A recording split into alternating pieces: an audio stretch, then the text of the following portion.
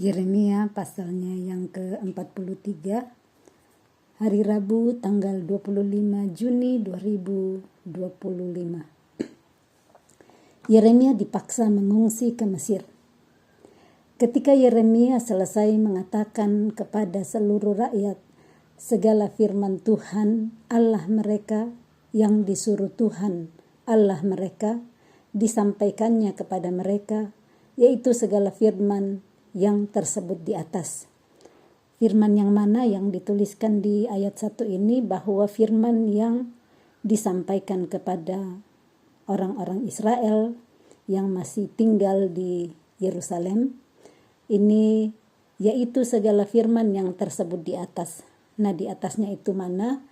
Yaitu di pembacaan Yeremia 42. Nah, saya baca ulang sedikit untuk kita bisa mengingat, khususnya di ayat dari ayat yang ke-18. Sungguh beginilah firman Tuhan semesta alam, Allah Israel.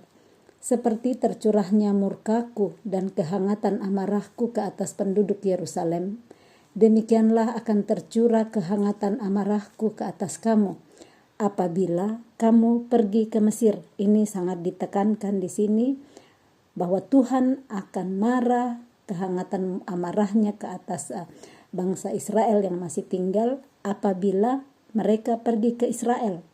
Karena itu perintah Tuhan, jangan pergi ke Israel. Nah, kita baca selanjutnya untuk mengerti. Kamu akan menjadi kutuk, kengerian, kutukan dan aib. Kamu tidak akan melihat tempat ini lagi. Tuhan telah berfirman kepadamu, hai sisa Yehuda. Jadi sisa-sisa bangsa Israel, sisa-sisa Yehuda yang masih tinggal di Yerusalem setelah yang lain-lainnya dibawa oleh Nebukadnezar, pasukan-pasukannya membawa mereka ke Babel untuk ditawan. Janganlah pergi ke Mesir. Diulang lagi, janganlah pergi ke Mesir. Tuhan tidak mau mereka ke Mesir. Camkanlah sungguh-sungguh bahwa aku memperingatkan kamu pada hari ini. Jadi peringatan Tuhan ada untuk diperhatikan dengan sungguh-sungguh. Ditekankan sekali oleh Yeremia yang melanjutkan perintah dan firman Tuhan kepada mereka. Saya ulang, ayat 19 ini penting sekali. Tuhan telah berfirman kepadamu, hai sisa Yehuda. Jadi firman ini untuk mereka yang masih tersisa di Yerusalem. Janganlah pergi ke Mesir. Tanda aklamasi yang di sini sangat penting. Janganlah pergi ke Mesir. Camkanlah sungguh-sungguh bahwa aku memperingatkan kamu pada hari ini. Sudah ada peringatan daripada Tuhan. Kita akan lihat bagaimana reaksi dan respon sisa-sisa Yehuda yang mendengarkan firman Tuhan ini lewat Yeremia.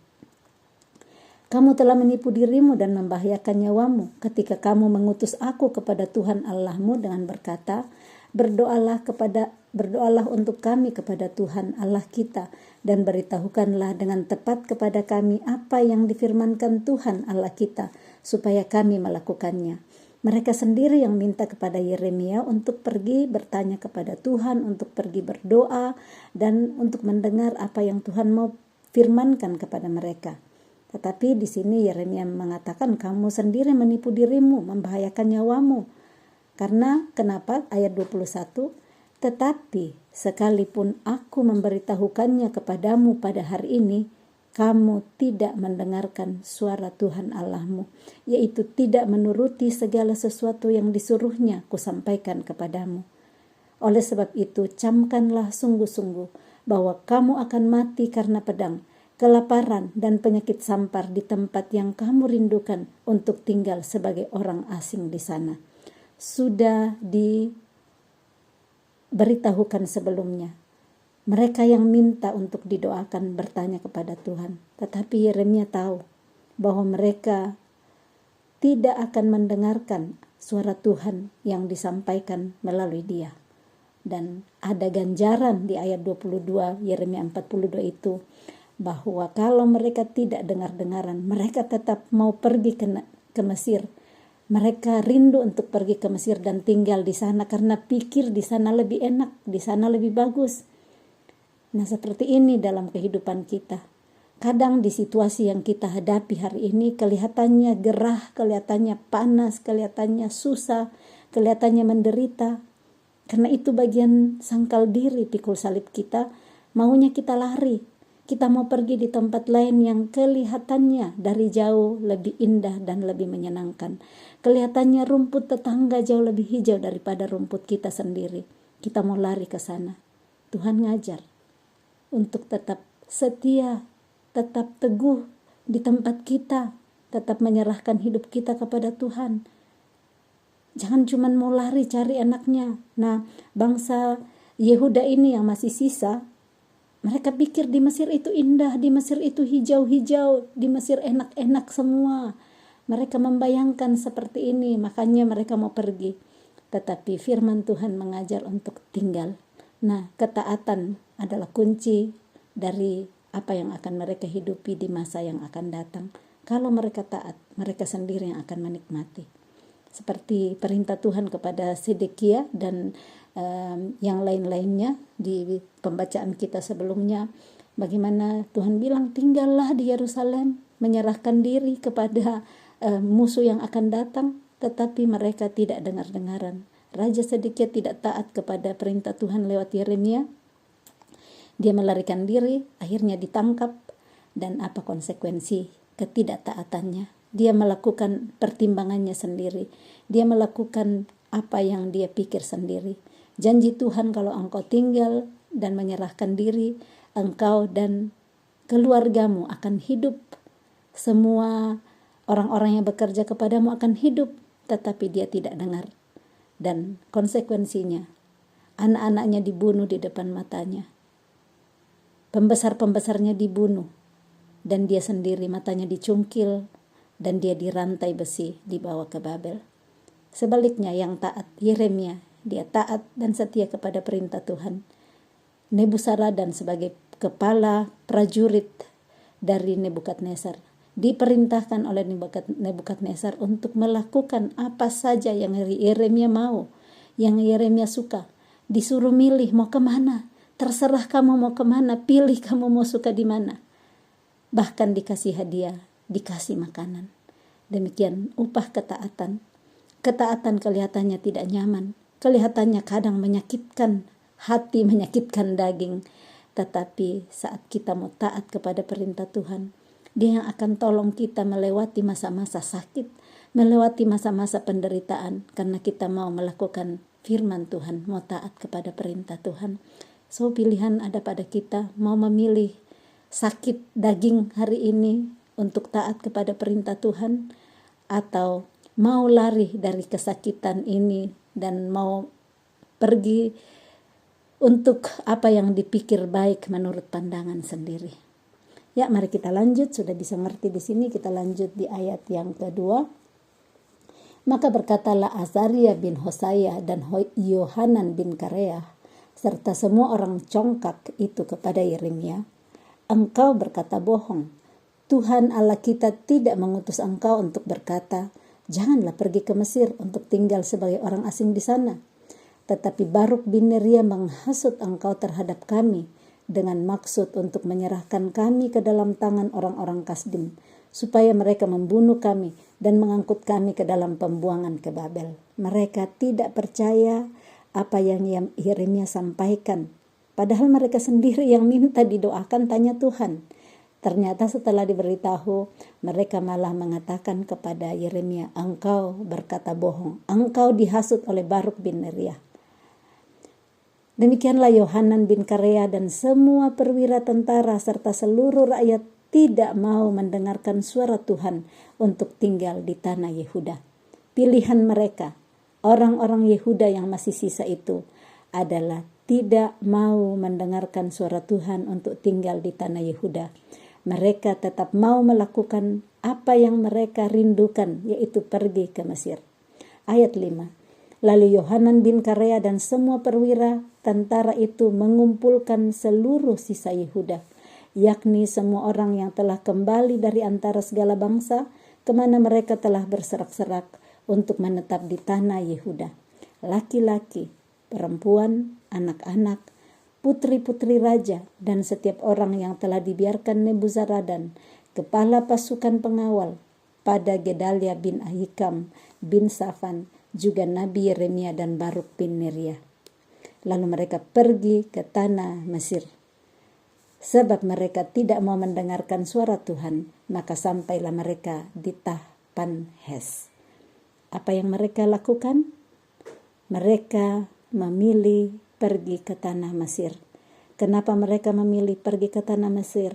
Sebab mereka tidak mau mendengarkan suara Tuhan. Ini yang kita baca di pembacaan Perjanjian Baru, satu pasal yang kita ganti-gantian setiap hari. Di Wahyu 2, Wahyu 3 berulang-ulang dikatakan di sana, barang siapa yang bertelinga hendaklah mendengar. Ini bangsa Israel yang masih sisa di Yehuda.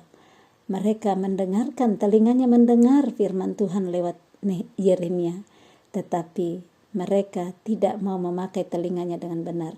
Mereka dengar firman perintah Tuhan, tetapi mereka tidak mau mendengarkan. Mereka tetap menuruti apa kata hati mereka. Yang hati mereka rindukan mau pergi ke Israel. Mau pergi ke Mesir. Dan itu yang mereka lakukan. Kita akan lihat apa resiko-resiko dari ketidaktaatan sisa Yehuda yang masih tinggal ini. Yeremia bernubuat bahwa Mesir akan ditaklukkan oleh Nebukadnezar. Kemudian datanglah firman Tuhan kepada Yeremia di Tahpanhes, bunyinya, ambillah di tanganmu batu-batu besar dan sembunyikanlah itu di tanah liat dekat pintu masuk istana Firaun di Tahpanhes, di hadapan mata orang-orang Yehuda itu. Lalu katakanlah kepada mereka, beginilah firman Tuhan semesta alam, Allah Israel. Sesungguhnya aku mengutus orang-orang menjemput Nebukadnezar Raja Babel, hambaku itu, supaya ia mendirikan tahtanya di atas batu-batu yang telah kusuruh sembunyikan ini, dan membentangkan permadani kebesarannya di atasnya. Dan apabila ia datang, ia akan memukul tanah Mesir. Yang kemaut-kemautlah, yang ketawanan-ketawananlah, yang kepedanglah. Ia akan menyalakan api di kuil-kuil para Allah Mesir dan akan membakar atau mengangkutnya sebagai tawanan. Dan ia akan membersihkan tanah Mesir dari kutu-kutu seperti seorang gembala membersihkan pakaiannya dari kutu-kutu. Kemudian ia akan pergi dari sana tanpa gangguan. Ia akan memecahkan tugu-tugu berhala Bet Shemesh dan yang ada di Mesir dan akan menghanguskan kuil para Allah Mesir itu dengan api. Ini perintah Tuhan kepada Yeremia setelah mereka tiba di Tahpanhes untuk mengambil di tangannya batu-batu besar, menyembunyikan itu di tanah liat dekat pintu masuk istana Firaun di Tahpanhes. Di hadapan mata orang-orang Yehuda. Di sini Tuhan berkata di ayat 10, beginilah firman Tuhan semesta alam Allah Israel. Sesungguhnya, sebenarnya, aku mengutus orang untuk menjemput Nebukadnezar, Raja Babel, hambaku itu. Dia menyebut Nebukadnezar sebagai hambanya. Karena Tuhan pakai Nebukadnezar di sini. Dia pakai Nebukadnezar, Raja Babel itu dengan mengatakan hambanya. Dia yang utus orang untuk menjemput Nebukadnezar. Supaya apa? Supaya ia mendirikan tahtanya di atas batu-batu yang telah kusuruh sembunyikan itu dan membentangkan permadani kebesarannya di atasnya. Dia Tuhan sendiri yang memakai Nebukadnezar untuk pergi mendirikan, membentangkan permadani kebesarannya di Mesir nantinya. Kita akan lihat selanjutnya bagaimana kisah orang sisa Yehuda yang akhirnya memilih pergi ke Mesir dan sudah dinubuatkan oleh Yeremia. Jadi ini belum terjadi. Yeremia baru bernubuat bahwa Mesir akan ditaklukkan oleh Nebukadnezar. Kita akan mengerti nantinya, akan tahu apa resiko-resiko dari ketidaktaatan itu dan apakah nubuatan Tuhan ini melalui Yeremia akan terbukti. Kita akan baca di pembacaan-pembacaan berikutnya. Salam kasih, Tuhan Yesus memberkati. Shalom.